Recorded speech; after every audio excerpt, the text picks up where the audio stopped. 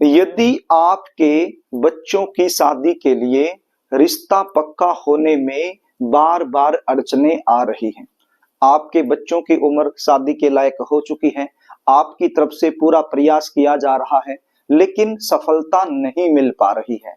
रिश्ते आते तो हैं, बातें भी चलती हैं, लेकिन चलती चलती बातें बीच में रुक जाती हैं, या फिर मन चाहा रिश्ता नहीं मिल पा रहा है, या फिर रिश्ते आना बंद हो गए हैं। यदि इस प्रकार की समस्याओं से आप परेशान हो चुके हैं तो ये वीडियो आपके लिए है। आज मैं आपको इस वीडियो के माध्यम से जल्दी शादी होने के लिए किए जाने वाला एक ऐसा सरल एवं चमत्कारी उपाय बताने वाला हूं, जो कि आपने 8 दिसंबर 2025 के दिन कर देना है। 8 दिसंबर 2025 इस दिन पुष्य नक्षत्र आ रहा है, सोमवार का दिन है। तो पुष्य नक्षत्र में किया गया कोई भी उपाय बहुत जल्दी रिजल्ट देता है, इसलिए यह उपाय यदि बच्चे खुद अपने लिए करना चाहें खुद भी कर सकते हैं, और यदि खुद नहीं कर पाते हैं तो ऐसी सिचुएशन में बच्चों की मां या फिर बच्चों के पिता यह उपाय जरूर करें।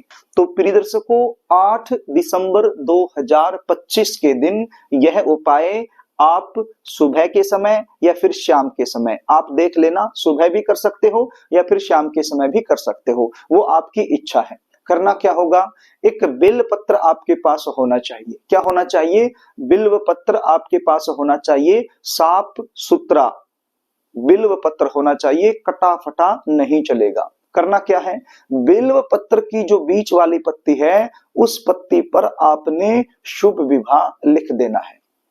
ध्यान दीजिए, बिल्व पत्र की जो बीच वाली पत्ती है, जो लंबी पत्ती है, उसके ऊपर आपने शुभ विवाह लिखना है।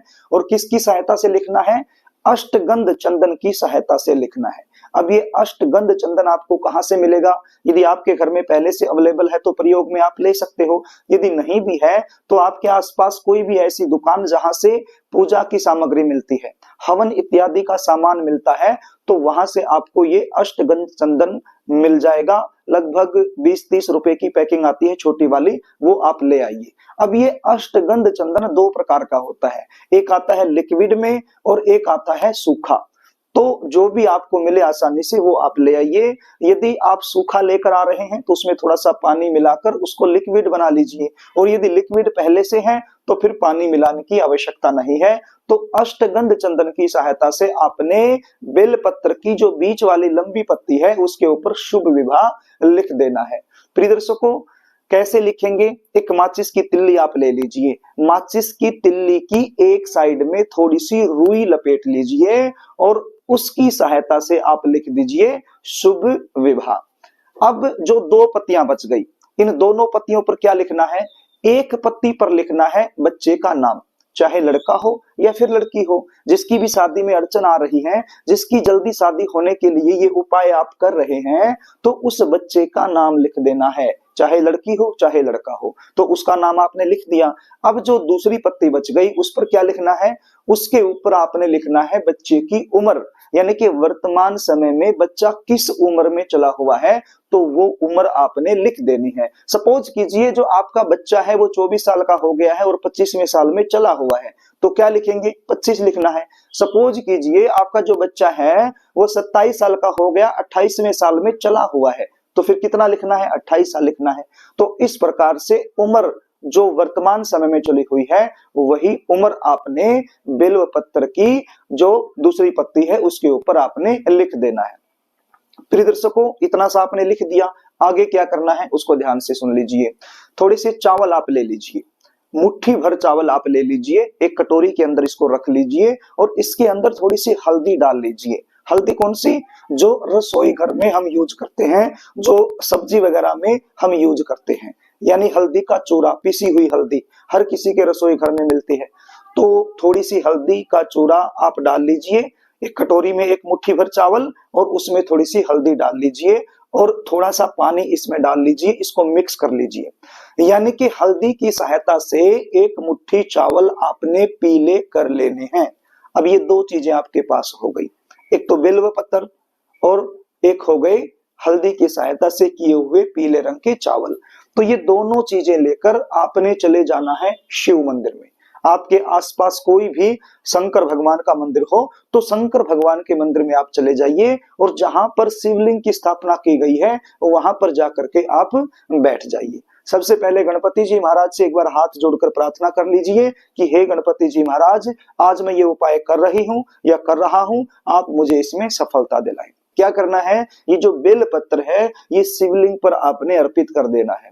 जिस साइड से लिखा हुआ है, लिखा हुआ हिस्सा शिवलिंग के तरफ टच कर देना है और ऊपर हाथ रख देना है। यानी बेल पत्र रखा और बेल पत्र के ऊपर राइट हैंड रख दिया और बच्चे का नाम, बच्चे का गोत्र बोल देना है और जल्दी शादी होने के लिए मन ही मन में प्रार्थना कर लेनी है शंकर भगवान से और मां पार्वती से।